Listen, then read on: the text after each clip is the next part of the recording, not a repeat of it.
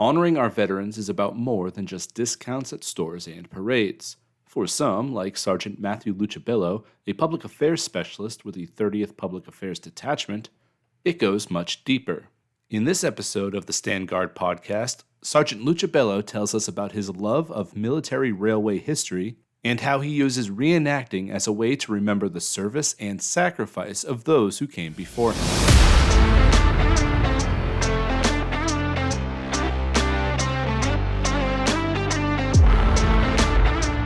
From the battlefield to the home front, our military is ripe with incredible stories, and we want to tell them to you. Welcome to the Stand Guard Podcast, a show dedicated to uncovering the remarkable stories of our service members and our military history that often goes untold.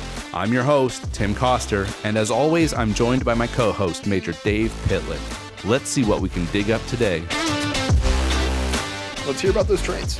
Yeah, where do we start? You guys took a trip recently, so tell us about that. Okay, so recently I was able to go down and cover Operation Sergeant Santa. So Operation Sergeant Santa was an event down at Fort Eustis, Virginia, held in part by the Southampton USO and then the Military Railway Society. So the Military Railway Society is a group of half Army soldiers. Not all of them are Army railroaders, although we do have a railroading MOS. It's only in the Army Reserve, and I think it's about like 80 soldiers. Very small, but a crucial force in our organization. And it was half like Army railroaders and then half people like me who just have an interest in trains.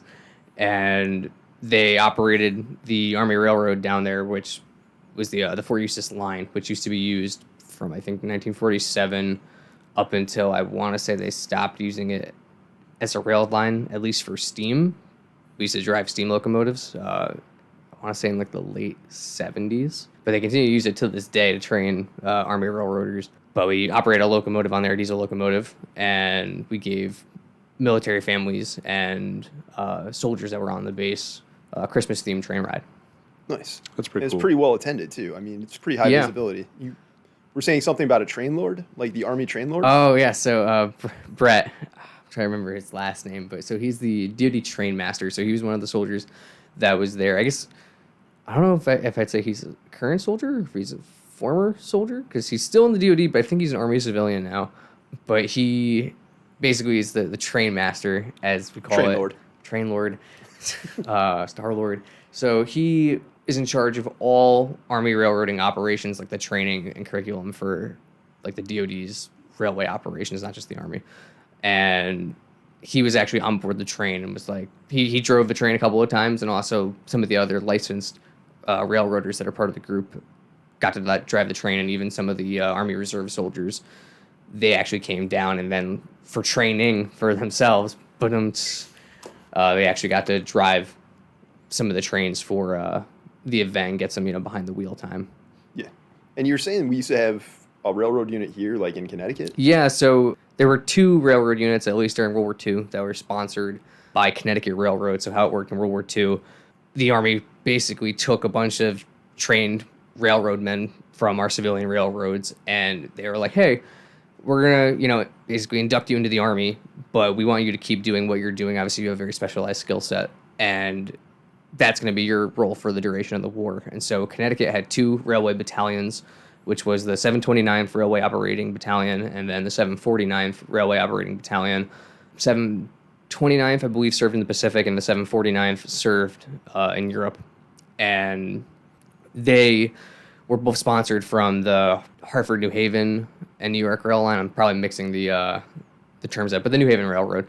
So they were primarily Connecticut staff, like all New Englanders, at least initially, and they were taken from our railroads and basically given rank and given a uniform, and then in turn operated those trains and also taught soldiers, like later on coming into the unit when they started drafting more men, how it is to railroad. That's kind of crazy. Like, when you think of the draft, it kind of seems like it would be more random, but they actually went out and found a sector that they needed, and then they drafted those people to actually do that job. That's kind of... It's different. That's not the way we think about it normally going. No. So the 729th was, I believe, the unit that stayed on past World War II. So they were out of Middletown. The Middletown Armed Forces Reserve Center, I believe, is where they actually drilled out of, like, later in the... Yeah, it would have been another site in Middletown, but yeah. Oh, okay. So they, I want to say we're in a unit until like the early 2000s. Like they changed their name a bit, or actually it might have been in the 90s. They disbanded, but then we kept like a rail company here, and then eventually that went away. Like we had the 1048th Transportation Company, I think it was. That also was a Connecticut unit. That was Army Reserve and operated trains. So Connecticut actually surprisingly has a decent railroading history beyond just the civilian railroads. Yeah, I that mean, make we up don't the have a state. lot of Army railroaders nowadays, right? No. Yeah, like I said, it's a very small MOS. Most Army railroad operations are now done by Army civilians, and it's contracted compared to, back in the day, like The way we used to do business, basically. Yeah. Where everything was done by somebody in uniform. Yep. That's pretty cool. I mean, is there a lot of rail operations in the stateside, or because I know they do a lot over in Europe as far as getting tanks and other heavy equipment around Europe and into the Middle East. Like, what kind of operations do they do here in the States that you know? Well, right now, I know the 757th Expeditionary Rail Center, I think, is the Army's sole railway unit. And then there's also a unit operated by the Marines out in Barstow. But basically, like, a lot of the times on, like, bases, I think, like, Fort Carson still has some Army locomotives running around and Army-operated trains. I believe Fort Bragg does. Of course, Eustis, being the transportation center, has Army railroading still going on. But they'll transport, equipment that's not always contracted out to like CSX or some of the civilian rail companies, or like they'll make up the trains and at least like get it ready to be transported by those civilian railroad organizations. And then, of course, like, for instance, in Afghanistan, I don't know if the Army operated it, but I know we secured it. We actually built a railroad in Afghanistan, I believe, around Herat to the border, I want to say, to Uzbekistan. And that was, I think, a line that we ran at one point. I know we had railway operations in Iraq as well. And I think to this day we still do railway operations in Kuwait. Again, usually moving equipment in and out of theater. Yeah. Now, we sent you there to go take photos. So did you get any good photos? What was your experience like going to do that? So that was cool. So, of course, being a reenactor, I actually got to like dress up in like 1960s themed military attire. So you LARP trains. I LARPed trains. Okay. It was basically like if you had like a Christmas set, like every boy's dream around Christmas, they set the train up at the bottom of the tree. Instead, I actually got to be on the train, and I full experience. Nice. And free. I got a free train ride. Like, it's pretty awesome. We did like, I want to say it was about like five or more trains a day, usually going in from like 9 in the morning to like, I want to say the last train was around like 7 p.m. at night, all in like civilian donated for this event rail car. So we had like, I want to say the oldest train car was a passenger car, and I think it was from like 1914 or 1918, still operational and like fully restored on the inside and everything like how it was in the day. So it was a super comfortable ride, and it was nice. You got to see all these kids come around. Like we had a Sergeant Santa dressed up. A couple of soldiers actually got to dress up as Santa Claus and pass out little bells to some of the kids and stuff like that. And kids got to see Santa, so it made a lot of people's day, and I think the kids really enjoyed it. So Nice. So, all right. So, obviously, you're a big train fanatic. Military, outside the military, what is your favorite train story? favorite train story? Like Thomas the Tank Like, Engine? Or I mean, like I grew up on it. Like Thomas the Tank Engine, like Polar Express is a classic. Like, yeah, the CGI isn't like the best. It hasn't really stood the test of time with their like dead droopy eyes, but it's a good movie. I think one of my favorite stories is not an Army story, at least in full. Unfortunately, it comes from the Korean War, and that's when a bunch of really disgruntled Seabees got told, basically, I think actually by Army High Command, to sneak behind enemy lines and steal some locomotives that got left behind after the line started to fall back. And they snuck in, they literally stole these locomotives from the North Koreans and then drove them just across the front line and got them back to our held territory. And it's like known as like the greatest locomotive robbery that ever was. And there may or may not have been some alcohol involved also on these trains that may or may not also have been taken. But that's... Well, I don't know if you're aware of this, but the first Medal of Honor recipients received it for stealing a train. Have you heard that trains story? are just an American pastime. I mean, if you're not stealing a train, what are you even doing? So Yeah. I mean, But yeah, have you heard that story before? Isn't that like a Disney movie now too? It was the- made the into a movie. I don't know if it Ameri- was a Disney movie, but yeah, wanna there is. say it It's called was. The Great Locomotive Chase. Yeah, I oh, believe. yeah. Yeah. I have a copy, naturally. Oh, of course, course. yeah. But yeah, that's based on a true story. And those guys, I can't remember what they called themselves. They were something Raiders, I think, were the first people to get the Medal of Honor in U.S. history. I stole a train. That's how I won my medal. I'd be proud of it. I mean, yeah, like Like, The- how the many sad people thing can is- really say that? the sad thing is though, you don't get to keep it. You know, like Uncle Sam gets to keep it. Like that's cool. Like you made a Yeah, but contribution. you have the story. The story's what matters. Yeah. Who cares about the train?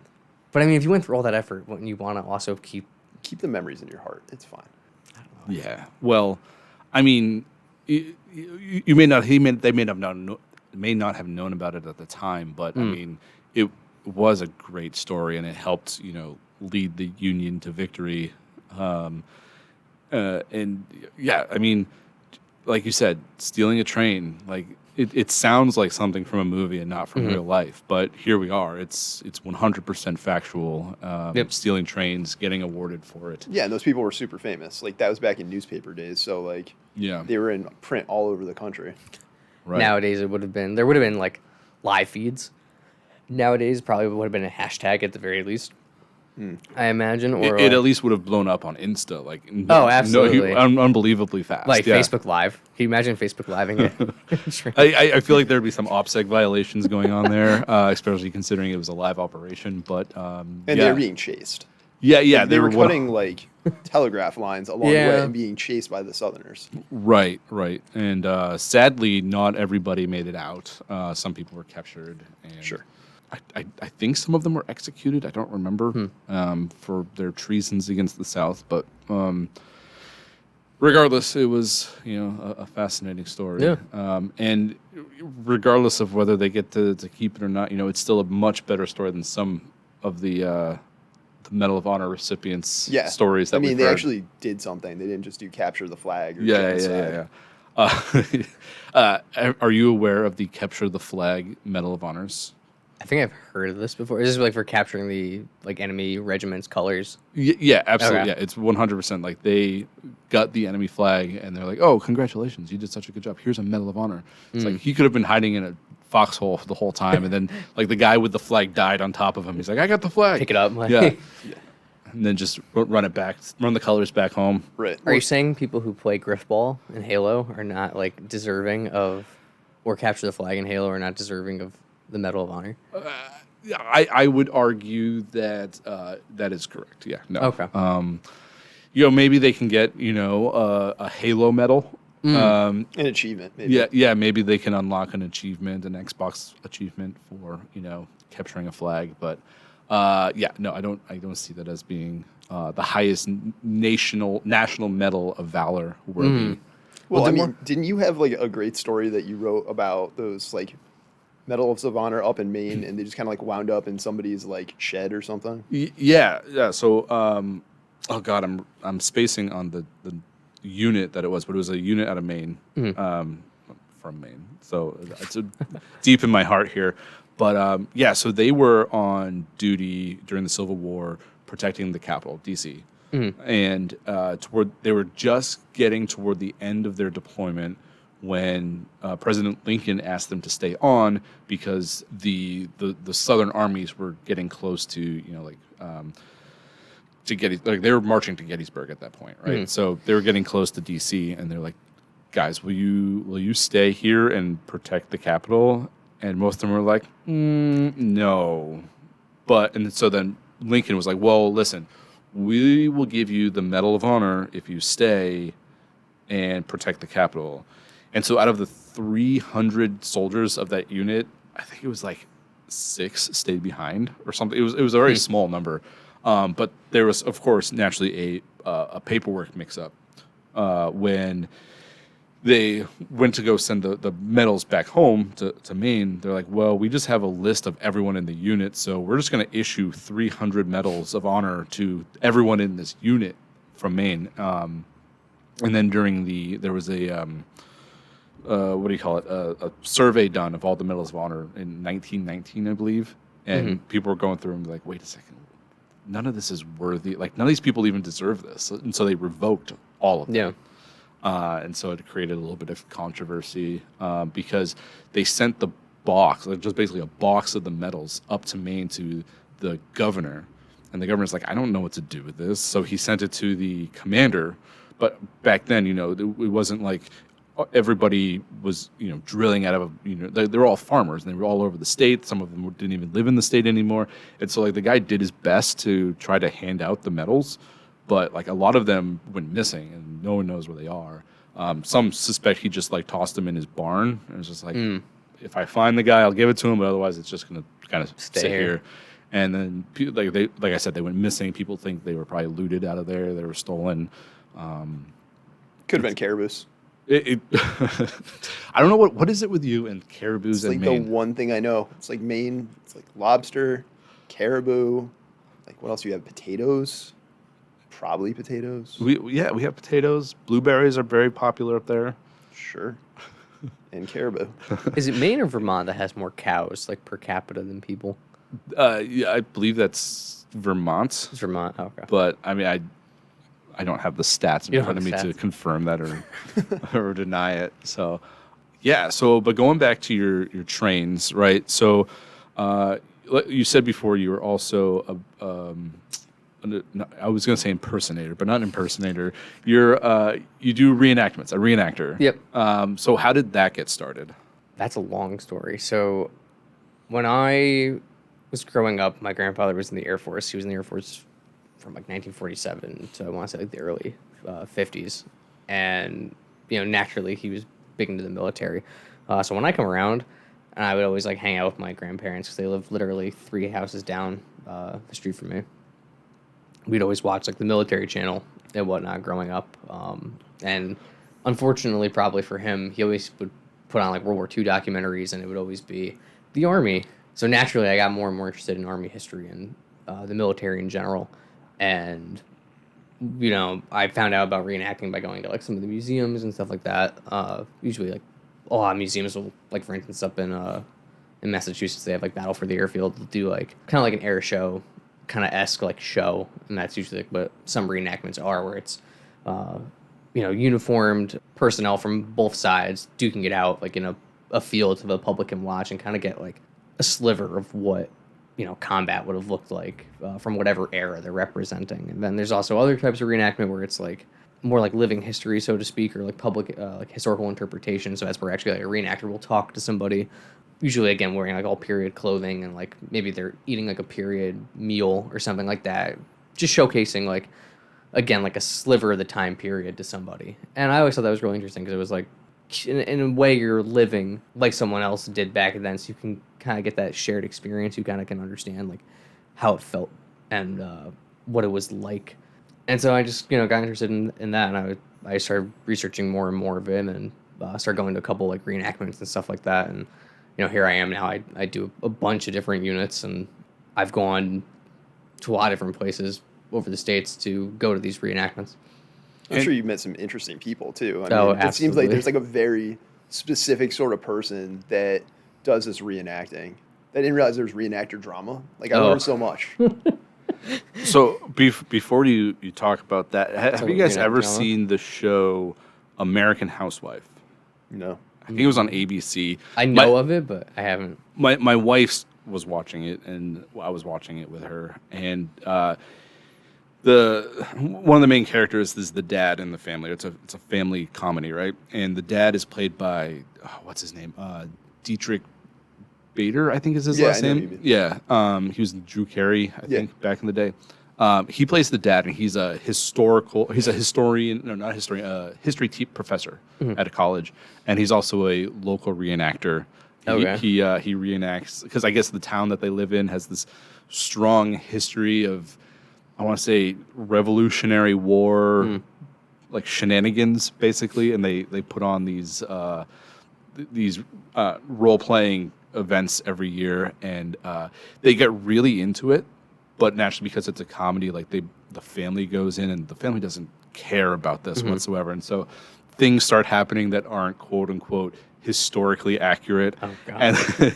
And then people start getting upset. Yeah. And then they start like rewriting history about rather than just being like, okay, that didn't happen, like just pretend that didn't happen. It's like, oh no, like little Johnny's been killed, but little Johnny wasn't really killed. How is we're gonna fix history about this? And it's ridiculously funny. And is that like the type of drama that people have been, or what's the drama that goes on at these type of There's so events? much drama. So again, you attract a very specific type of person. Well, I won't say a specific type of person. There's a lot of different people. There's a lot of good like nature people. Again, people who are into history. Maybe they do it because again they want to kind of put themselves in the shoes of the guys that they're portraying or the girls they're portraying. Because there's also female reenactors as well. But you also get a slice of people who have a lot of insight, a lot of knowledge, maybe a lot of bookworms, but maybe not the most amount of social skills. And they love to dump that information on you. That's one type of person, the info dumper, who will just like tell you every little bit about how like this uniform was made in like 1967. And like you could tell because the stitching is yellow compared to dark brown. Whether or not you want to hear it. Yeah. So like that's like one person. I guess there's like also a subsect called like Stitch Nazis, which I don't know if that comes from the German reenacting community. If that's where it started, because there's definitely Stitch Nazis on the Allied side as well. Where again, it's like someone will like let's say you're doing like a impression based on like the invasion of Normandy in 1944. Well, someone might come up to you and be like, well, that pouch isn't the right color for that year, or like I don't know if we have photo evidence of that particular pouch being used on June 6th, so like you can't wear it, but like the Army quartermaster started issuing this stuff out like a year prior, and you get like just a very interesting group of people who sometimes are very constructive and give you great criticism and welcome you into the community and want to shape you and mold you into, again, portraying these guys in the best possible light and trying to be as authentic as possible. I think is every reenactor's goal. Or I shouldn't say that's not every reenactor's goal, because there are definitely some people who just do it to LARP, who just do it because they enjoy wearing a costume, enjoy like thinking that they're from Band of Brothers, or there's just many people, good and bad, both sides of the. Nice. So when you go out and do reenactors, you said you've done different units. Mm-hmm. Is there a particular era of history you like to focus on? Is it World War II, World War One? Yeah. And then also, have you seen like are there reenactments from things older than that? Like, oh, absolutely. Do they do reenactments from like ancient Greece times or something like that? I don't know if we have, at least like in the Northeast, ancient Greece reenactments. And again, there's many types. So you have like some people who do it as part of groups, and sometimes they'll do like private events where like there's no public and it's very like immersive. So like for instance, in the World War II reenacting community, we have what's called like campaigner events, and campaigner events are usually like the most strict. They're the most authentic in terms of like usually aren't going to have like your cell phone. There's not going to be like usually modern cameras around unless like there's a unit photographer taking photos to like document the event. You're going to be away from your car. You're going to be sleeping out on the ground in like a shelter half or like a tent or whatever, in your old sleeping bag, in your uniform, and you might run into like a patrol of Germans or something like that, and you have your battles. But like other than the battle, which is some reenactments are just battles, you actually in these campaigner events will be living the life. Like you'll be pulling guard duty, you'll be having like chow breaks and stuff like that, like if you were an infantryman on a front line in the field. But I mean, I know in New England specifically, there's a lot of Revolutionary War reenactment, again, because Connecticut and like New England has a lot of ties and rich history with those wars. Civil War as well. World War One. There's some World War One reenactors, I think more so out of New York, the East Coast Doughboys, that are a very popular group. And like, for instance, I marched with them one day in the Veterans Day parade that they have in New York City. So I wasn't part of the group. I was actually in my ASUs because I got invited from a funeral director to come out and march. But they marched in their World War One uniforms, like, and some of these guys were in like their original uniforms with like original boots from like 1918, and how they didn't like split apart as they were marching down the avenue. That's pretty impressive. It's pretty impressive. But I'm sure that, like, it's got to be, there have to be opportunities for something funny to happen. Do you have any like really memorable stories? Anything really funny happen at one of these events? I'm trying to think if I have anything that's like shareable.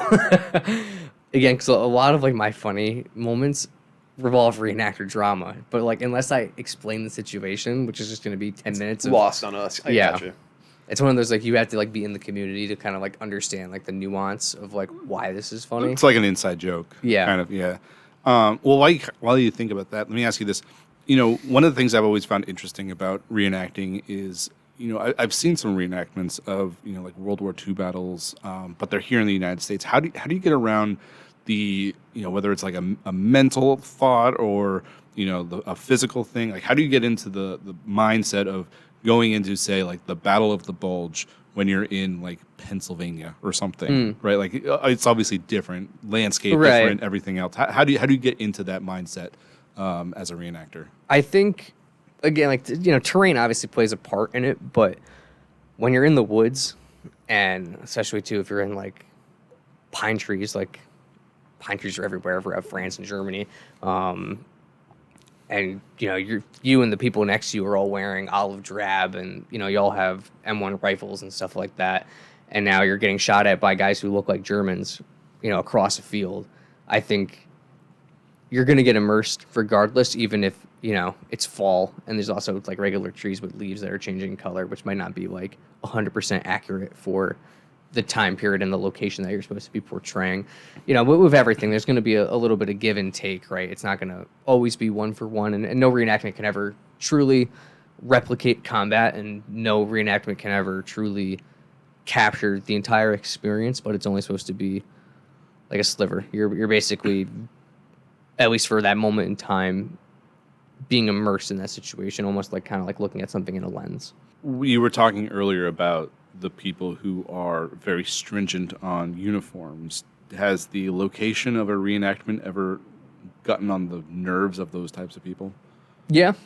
I have a buddy right now who wants to do a reenactment. He wants to host one, but he can't find a suitable location that makes sense for the setting that he wants to be portraying. So, again, like, I think there's people like out west, especially like out in Arizona and stuff like that, in Texas, who do like Pacific themed reenactment. And while some areas might look okay, because there's some vegetation, I don't think Texas really matches like, the Doesn't jungles look like the of South the Pacific. Yeah. Right. Has your time in the military, how long have you been in for now? 7 years. 7 years. Has your time in the military and as a soldier, you were intel before you were public affairs, correct? Yep. Has your time in the military assisted you in becoming a better reenactor as a military reenactor? Yeah, I mean, it gives you a perspective. I think it's like a double-edged sword. On one hand, I think there's some people in the reenactment community, because there's a lot of veterans in the reenactment community, whether they're still in or, are 100% veteran, like they got out, ETS, whatever, and now they still want to, like, I guess, like, have a feel for military service, or, again, portray maybe some guys or a unit that they were a part of. Some of those guys are great, but then there's also a group who will come in and kind of take the experiences that they had and kind of apply them to periods where those experiences might not be shared. So, like, I can't come in to World War II with combat knowledge and intelligence capabilities that were not a thing during World War II. Like, it just doesn't correlate. It doesn't cross. Right, you're not like running coin operations. Exactly. In, like, And there were no Germany. satellites or anything Yeah. else. Like, I mean, there's some really cringeworthy people, especially in the German community, who, because they've went to Afghanistan or Iraq and fought counterinsurgency operations, they're like, oh, I'll wear this German anti-partisan badge. And it's like, one, I don't know if we want to be drawing parallels between hunting partisans, especially if we understand what partisans were during World War II to the Nazis, to U.S. military service fighting terrorism in Afghanistan and Iraq. Yeah, that's not painting any positive light. No. So. Not at all. But some people are like that, and it's like, no, man, that doesn't correlate. Now, again, like, for instance, like, I have my Army Good Conduct medal. That was a medal during World War II. So, like, if I did, like, a dress impression, I would wear that. And then again, there's some people. But, like, what if you were reenacting a bad soldier? Like Like, a mischievous soldier? yeah, or somebody that's just really bad at it. Who would? I don't know if there's many people who do that, but, like, again, like, there's a lot of different reenactment groups, and there's a lot of different people who do it. I wouldn't be surprised if someone did, like, a one-off, like, reenactment of that, but I imagine it'd probably be like a photo shoot and, like, just to, like, show the story in, like, a modern light. But I mean, you could do that. I want to say when I went to a recent reenactment, there was a wrestling like match, and I don't know if it got broken up by the MPs or not, but like there was 100% like some fights that were going down, all like in good fun, like not like actual brawls. But Have you ever met anyone who has tried to role play like a real person as opposed to just being like, I'm, Private Joe Snuffy? I have photographed Dwight D. Eisenhower, or at least the guy who believes he's Dwight D. Eisenhower.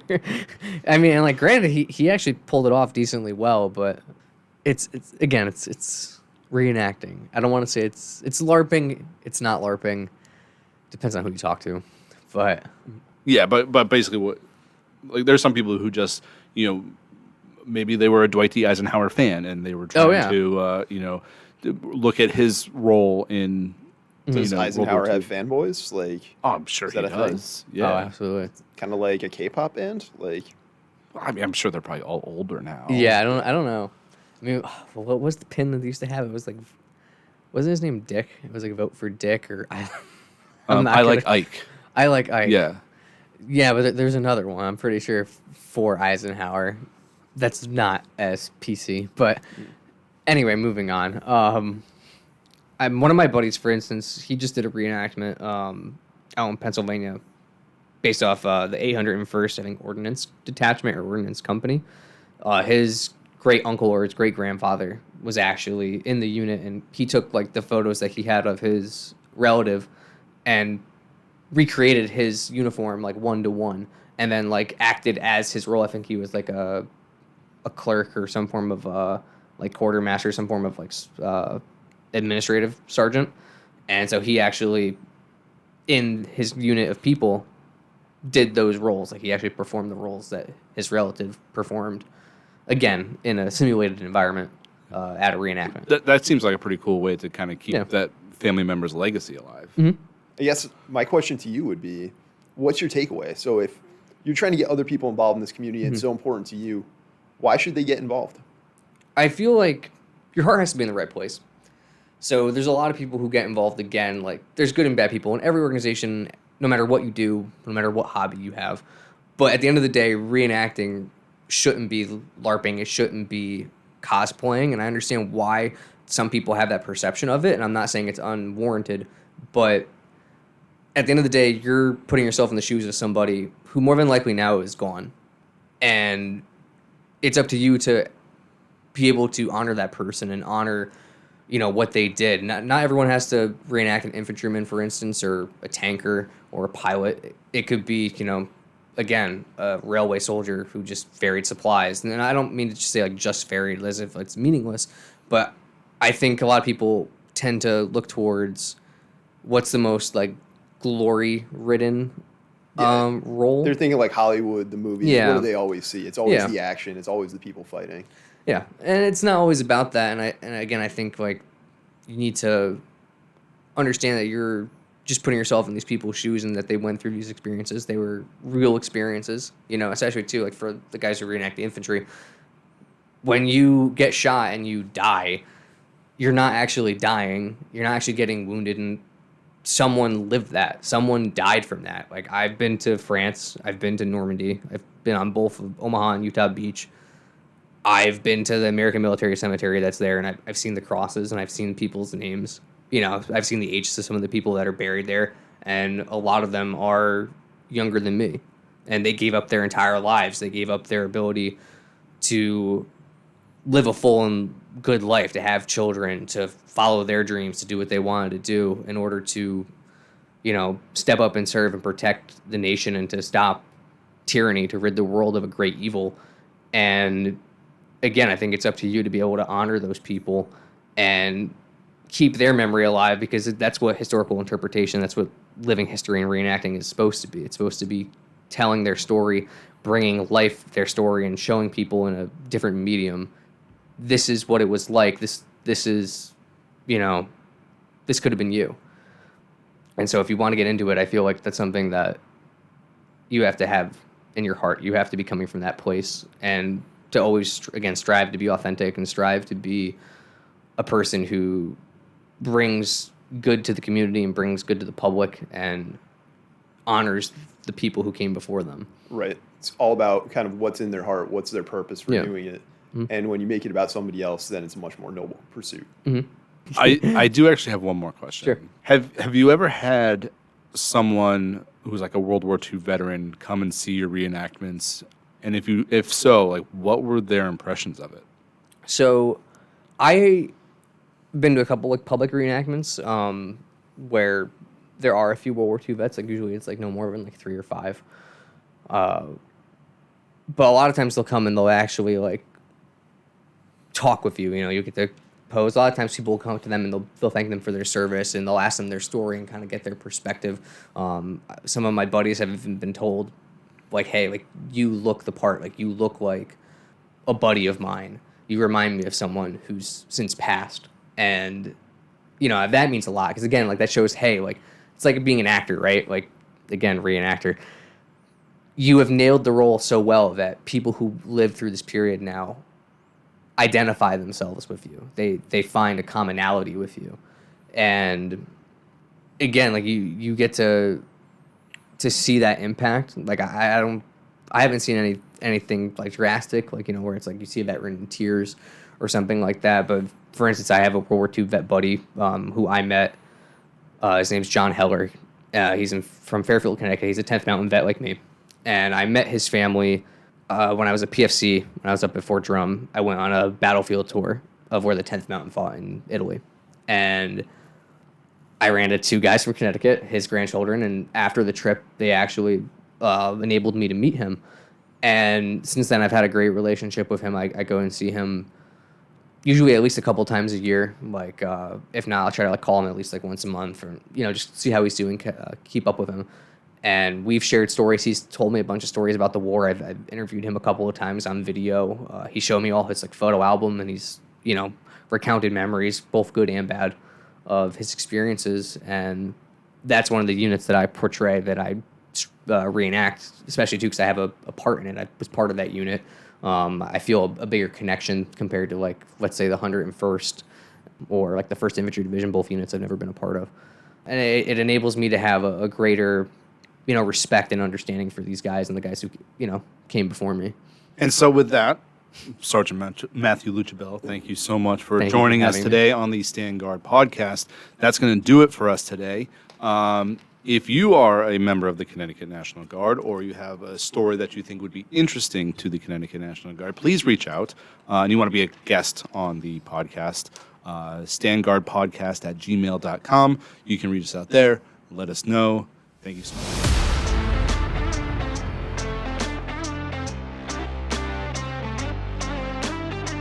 Thank you for listening to the Stand Guard Podcast, a production of the Connecticut National Guard. Please make sure to like and follow us wherever you listen to your podcasts.